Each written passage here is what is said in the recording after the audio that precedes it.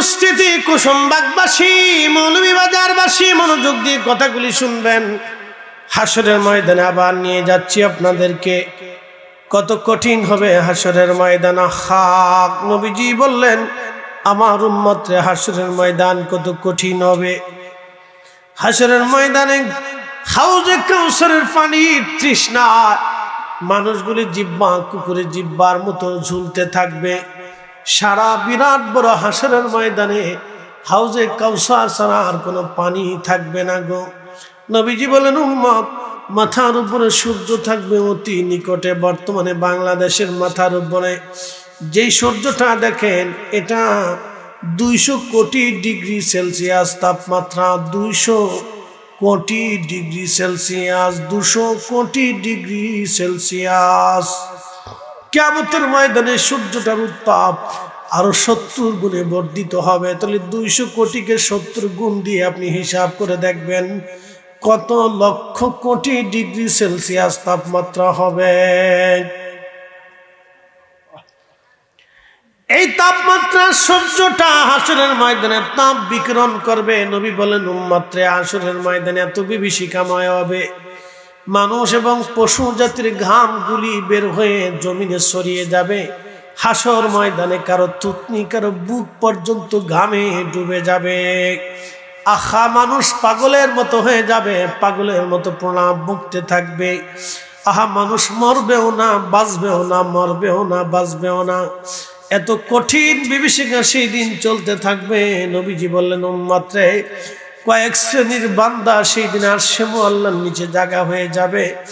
1 number, দুনিয়াতে যারা ন্যায় বিচার করত, হাসরের ময়দানে তাদের আরশে মুআল্লার নিচে জায়গা হয়ে যাবে। 2 নাম্বার, মসজিদ থেকে বের হইয়া যাদের হৃদয়টা মসজিদের সাথে ঝুলিয়ে রাখত, একবার নামাজ শেষ করে আবার মসজিদে যাওয়ার জন্য যারা পাগল পারা হয়ে থাকতো, হাসরের ময়দানে আরশে মুআল্লার নিচে তাদের জায়গা হয়ে যাবে। আল্লাহ নবী বলতেছিলেন আমার উম্মতরে দুনিয়াতে একজন আর একজনকে শুধু আল্লাহর জন্য যারা ভালোবেসেছিল, কিয়ামতের ময়দানে আরশে মুআল্লার নিচে আল্লাহ তাদের জায়গা করে দিবে। আর একজন বান্দা ডান হাতে দান করত, বাম হাতে জানতো না, আরশে মুআল্লার নিচে হাসরের ময়দানে আল্লাহ তার জায়গা করে দেবে। আর একজন যুবক সুন্দরী নারী থেকে জেনার জন্য আহ্বান করেছিল, সে জেনা না করে আল্লাহর ভয়ে উঠে চলে এসেছিল। এই যুবকরা হাসরের ময়দানে আল্লাহ আরশে মুআল্লার নিচে জায়গা বরাদ্দ করে দেবে। একবার জোরে বলা যাবে কি মারহাবা। মৌলভীবাজারবাসী মনোযোগ দিয়ে শুনে যাবেন। সূরা তাকাসুরের তাফসীরের মধ্যে এসেছে, সে হাসরের ময়দানে সমস্ত ফেরেশতারা সিজদার মধ্যে থরথর করে কাঁপতে থাকবে। সমস্ত মানব জাতি, জিন জাতি সিজদার মধ্যে পড়ে কাঁপতে থাকবে। শুধু নবীরা সেই দিন বসে থাকবে, তাদের কপালের চামড়াগুলি ঘুষিয়ে যাবে চিন্তায়। গুনার কারণে না, নবীরা মাসুম, তারা গুনার কারণে চিন্তিত হবে না।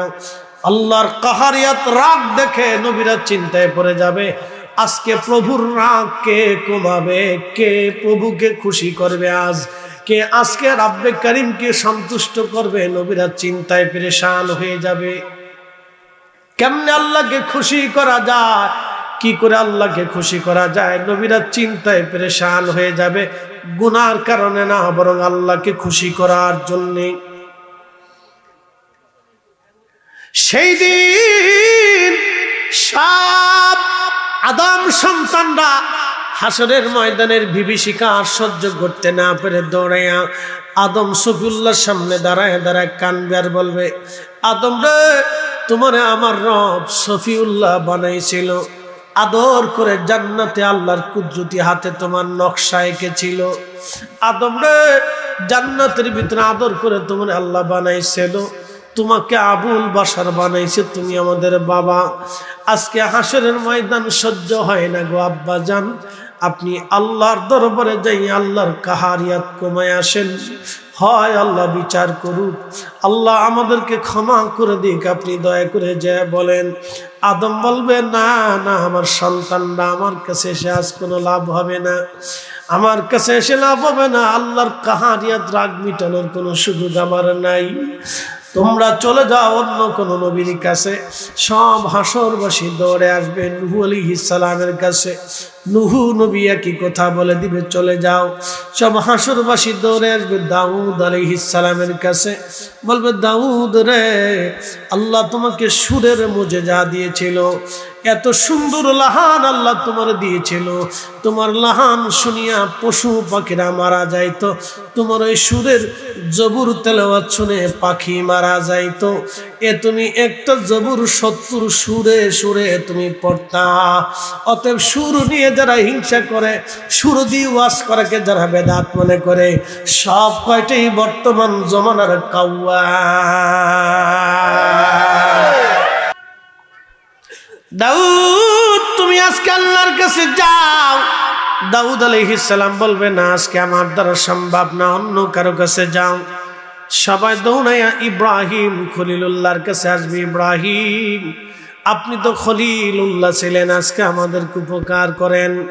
ইব্রাহিম বলবে না, তোমরা অন্য কারো কাছে যাও, আমার দ্বারা আজকে সম্ভব হবে না। সবাই দৌড়াইয়া মুসা কালিমুল্লাহর কাছে আসবে। মুসা নবী বলবে, তোমার তো কালিমুল্লাহ বানানো হয়েছিল, আল্লাহর সাথে তুমি কালাম করতে গো নবী, আজকে আল্লাহর সাথে কালাম করে বলে আমার দ্বারা সম্ভব না, অন্য কারো কাছে যাও, তোমরা অন্য কারো কাছে চলে যাও। সবাই দৌড়াইয়া হাজরাত ঈসা রুহুল্লাহর কাছে আসবে। বলবে, ঈসা রে, তোমার আল্লাহ রুহুল্লাহ বানাইছিল, তুমি আমাদেরকে আজকে সাহায্য করো। ঈসা রুহুল্লাহ বলবে, হাসরবাসী, কারো কাছে গেলে আজকে কাজ হবে না, কাজ হবে না, কাজ হবে না। আমি ঈসা নবী যার উম্মত হয়েছি, তিনি রাহমাতুল লিল আলামিন, ওই নবীর দরজা ছাড়া আজকে লাভ হবে না। তোমরা তাড়াতাড়ি রাসূলের কদমে যাও, তিনি শাফিউল মুজনিবিন, রাহমাতুল লিল আলামিন, তিনি হাবিবুল্লাহ। ওই নবী ছাড়া আল্লাহকে আজকে কেউ খুশি করতে পারবে না। একবার জোরে বলেন না ইয়া রাসূলুল্লাহ, জোরে জোরে বলেন না ইয়া রাসূলুল্লাহ, বলেন না ইয়া হাবিবাল্লাহ। শ্রেষ্ঠ নবী দিলাম রে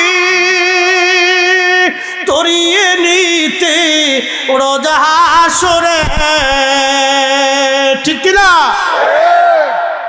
শ্রেষ্ঠ নবী দিলাম রে তরিয়ে নিতে রোজা হাসরে, পথ না ভুলি তাই তো দিলে পাক কোরআনের বাণী, খোদা তোমার মেঘের বাণী, সুন্দর ফুল সুন্দর ফল, মিঠা নদীর পানি, খোদা তোমার মেঘের বাণী।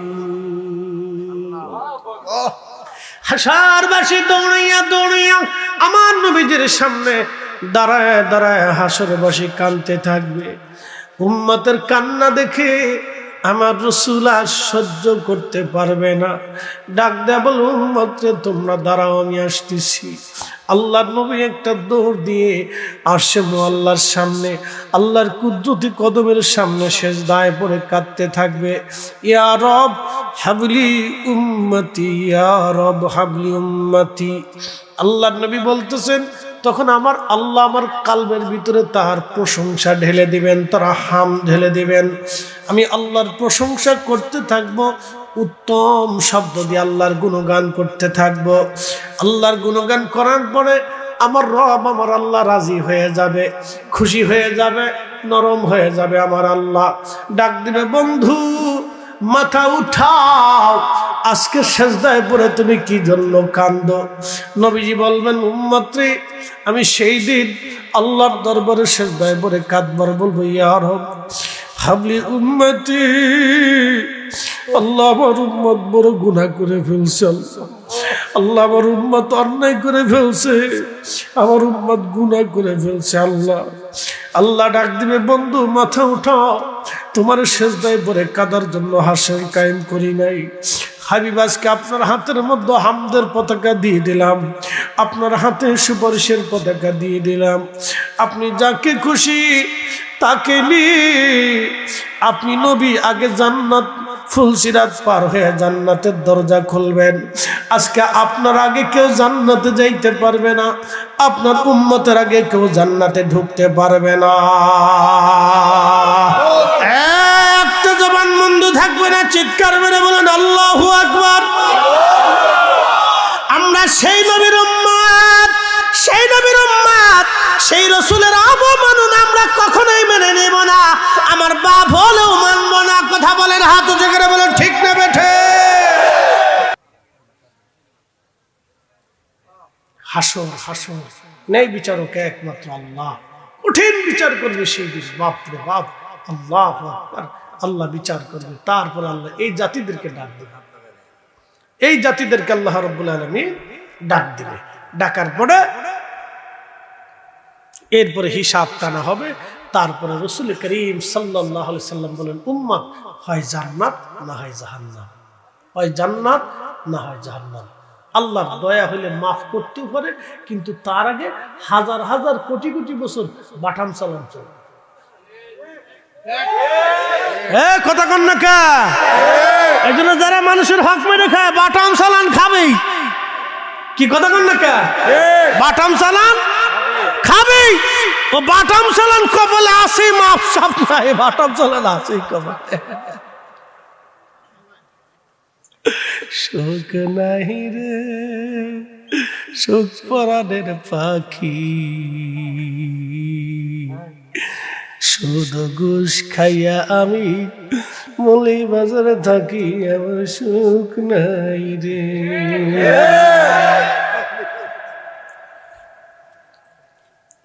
সুখ নাই। একটা কথা আজকে মনে করাই দিই বন্ধু, আপনাদেরকে রাত্র বেশি বিধায় একটু মোহাব্বতের রসিকতার ভিতরে নিয়ে আসছি, যাতে সচেতন থাকেন। কিন্তু এই কথা তো রসিকতার কথা না, কথা হৃদয়ের কথা। আজকে বলে দিয়ে দেয় ভাই, আবার কবরে চলেই যেতে হবে। কথা ঠিক আছে না ভাই? তো কবরে নামানোর আগে আল্লাহ নবী সাহাবীদেরকে ঋণ পরিশোধ করাইতেন। সাহাবীরা তোমরা ঋণ পরিশোধ করো। আমার এই সাহাবীকে কবরে দেওয়ার আগে ঋণ মওকুফ করাও। কে কে ঋণ পাবে নবীজি ডেকে ডেকে তার ঋণগুলি পরিশোধ করাইতেন। আর আপনি যদি আজকে মরে যান, তো মরে যাওয়ার পরে বউ কাঁদবে, ও জরিনার বাপ তুমি থাকলে আমার আর কোনো চিন্তা ছিল না রে জরিনার বাপ। আমার কি হবে? আমার হবে কি? আরে আমার কি হইলো? আমার কি হবে রে? কাঁদতেছে, খালি কান্দে। ওনার কি হবে? রহিমের বাপ যে ঋণ করে থয়ে গেছে, ঋণ মাফ করানোর কোনো ধান্দা নাই, খালি ওনার কি হবে এই চিন্তা। কি কথা কন না কা? দুনিয়াতে যদি এটা হয় তা হাসরে কি হবে? বুঝে যাওয়ার ছেলে কান্দবে, আব্বা তুমি থাকলে আমার আর কোনো চিন্তা ছিল না, আব্বা তুমি চলে গেলে আমারও পরীক্ষার ফি আছে, এটা আছে সেটা আছে, বিদেশ যাবো, কেমনি টাকা পয়সা করতে আব্বা। ওরে আব্বা রে, তুমি থাকলে আবার আমার কি হবে আব্বা? ফুলা হাতার নিজের চিন্তায় কান্দে, কিন্তু বাপের ঋণ মওকুফ করে না। এই জন্য বলে দিয়ে যাই, জমি বিক্রি করে হলেও ঋণ পরিশোধ করে দিয়ে তারপরে কবরে যাবেন। নিজের বাসা নিচে বাসা নাকি?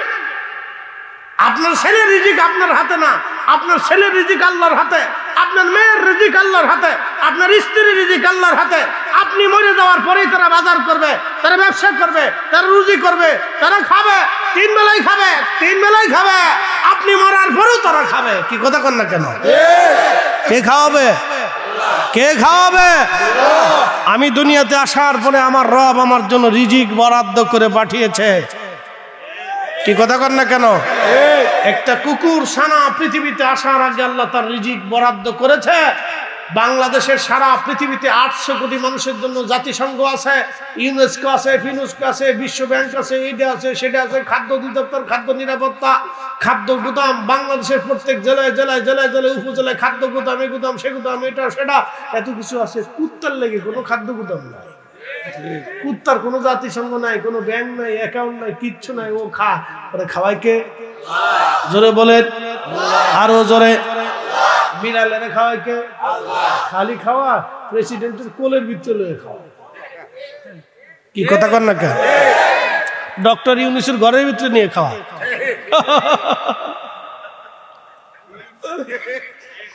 আল্লাহ তুই খাবি তো ডক্টর ইউনূসের ঘরের ভিতরে যায় খা, জো বাইডেনের ঘরের ভিতরে খা, মিস্টার পুতিনের কাছে বসে বসে খা। একসাথে কইলেন আল্লাহু আকবার। কে খাওয়া? কে খাওয়া? আল্লাহ খাওয়া। তা আল্লাহ এত কিছু খাওয়াইতে পারে, আপনারা পারে না? তো এত কিছু বললে তো সুদ খান কে, ঘুষ খান কে, অন্যের টাকা মেরে খান কে? বাজারে দোকানদারের কাছ থেকে বাকি আনছেন আর দোকানদারের সামনে যায় না, 6 বছরও সামনে যায় না। কি কথা কর না কে? মুসলমান দিবার চাই দিলাম না এক জমা মুসলমান। তেলের গাড়ি তেলে চলি,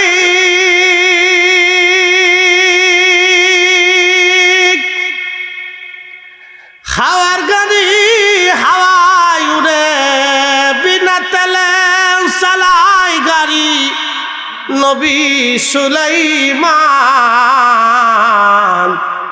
আমরা সেই মুসলমান, ঠিক কিনা? মসজিদের জুতায় ছাড়ি দে, বালা জুতা ফেলি চুরি করে। আমার এক র্যাবের অফিসার আমার দাওয়াত দিতে, এই ঝাইজামালার আগে দাওয়াত দিতে আসার পরে এই চিন্তা করছে হুজুরের কাছে যায় নামাজটা পড়ে। আমার মসজিদে এসে আমার কাছাকাছি সে নামাজ পড়ছে। তো দাওয়াত দেওয়ার পরে কয় আমি বের হয়ে মাদ্রাসাতে আসবো। তো মাদ্রাসাতে আসতেছি, পিছন পিছন এসে কয় হুজুর কাজ হয়ে গেছে। বললাম কি? আমার জুতা চলে হয়ে গেছে। আমি বললাম যে তাহলে আপনি যত বড় অফিসারই হন আর কাজ হবে না। আমি বললাম যে জুতা পাইতেছ তাহলে গুলিস্তান চুরাই মার্কেটে চলে যান, ভাগ্য থাকলে পাইলে পাইতেও পারেন, কিন্তু টাকা দিয়ে কিনে আনতে হবে। পরে এক সিরা জুতা কোথায় পাইছে, এটা পাই দিয়ে গেছে তাও বালা।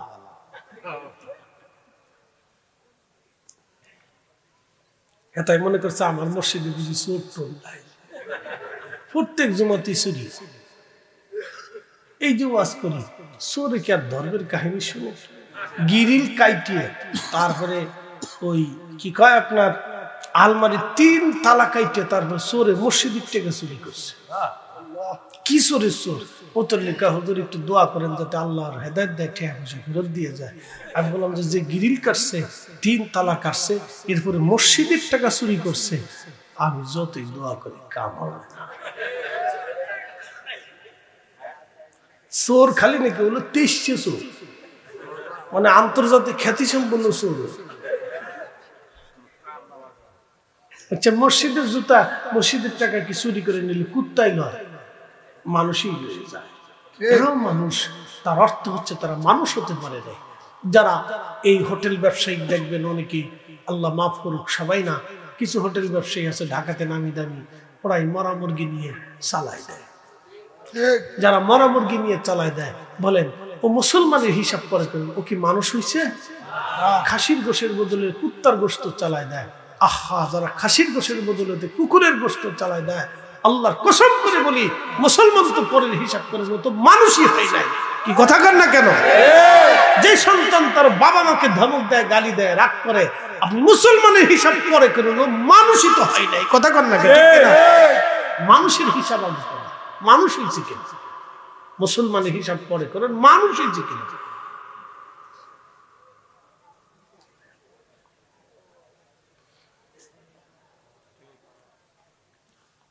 এখন গড়ে হায়াত হচ্ছে 65 বছর।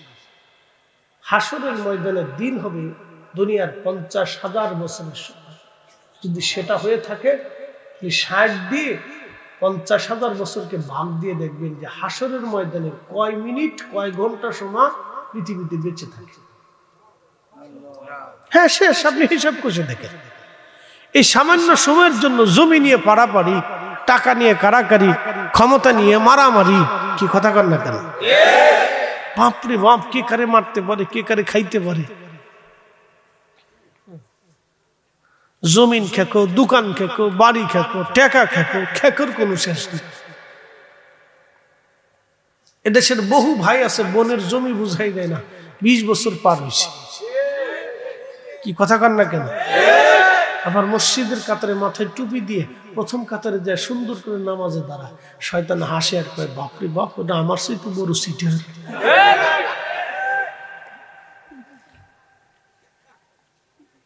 হ্যাঁ, শয়তান হাসে কয় যে আমার চেয়ে তো বড় সিটার।